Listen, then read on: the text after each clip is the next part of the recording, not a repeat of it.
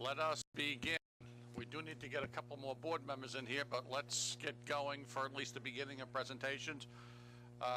Murray Bowden has told me that he is not going to speak, so I believe that there are no other speakers. Okay, he's withdrawn. And Mr. President.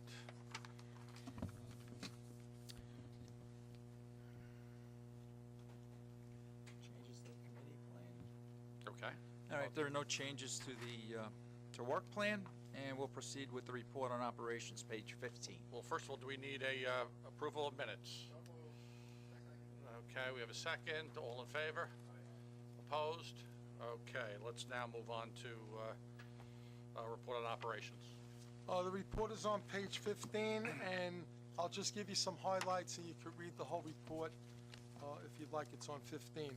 But summary was traffic was higher on a year-to-year basis with 23.2 million crossings this month versus 21.0 million crossings in November of 2012.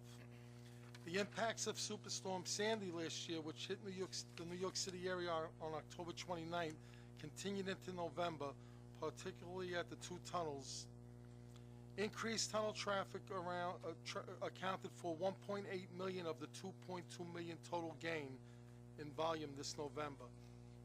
Rainfall in November 2013 totaled 2.8 inches compared to 1.4 inches in November of 2012.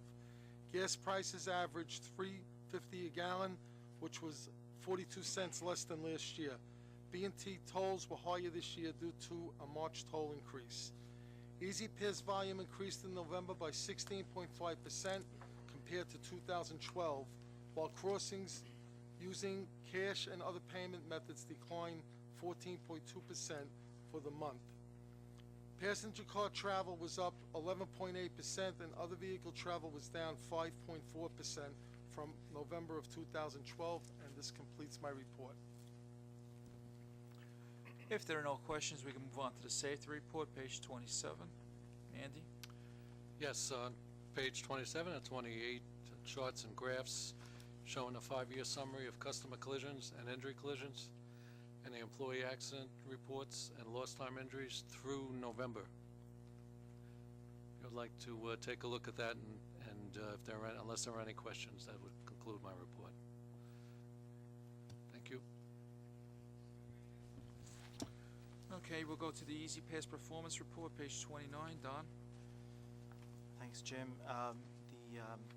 Our market share for November was about 84.5%, up significantly from the year before, continuing the trend we've seen for a while now. Year-to-date, our market share is about 83.3%. Almost 15,000 Easy Pass accounts were opened in November, bringing the year-to-date total to more than 204,000. About 6,800 Easy Pass on the go accounts were opened in November, about 46% of the total.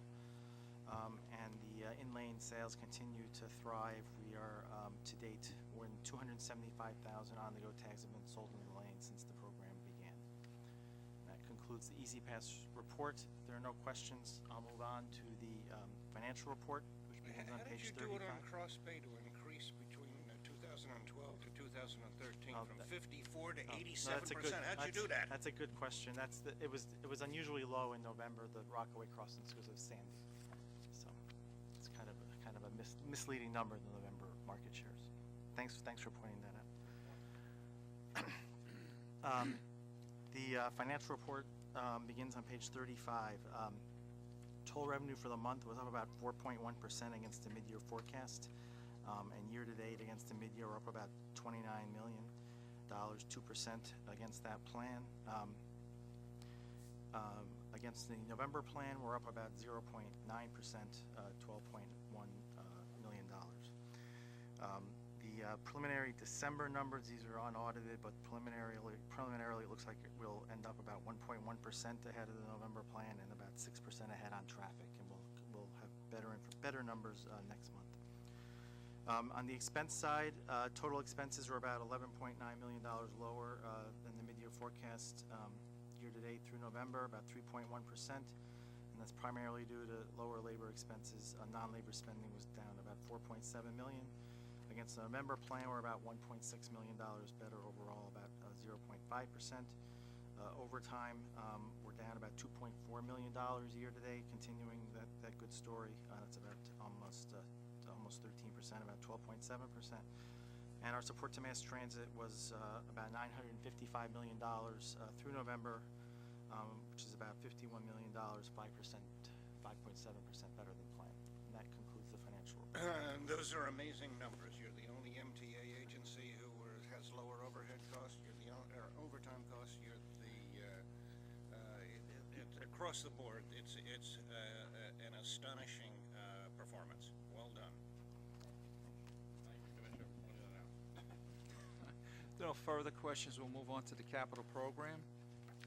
Joe? Good afternoon. The capital program report can be found starting on page 51 of the committee book.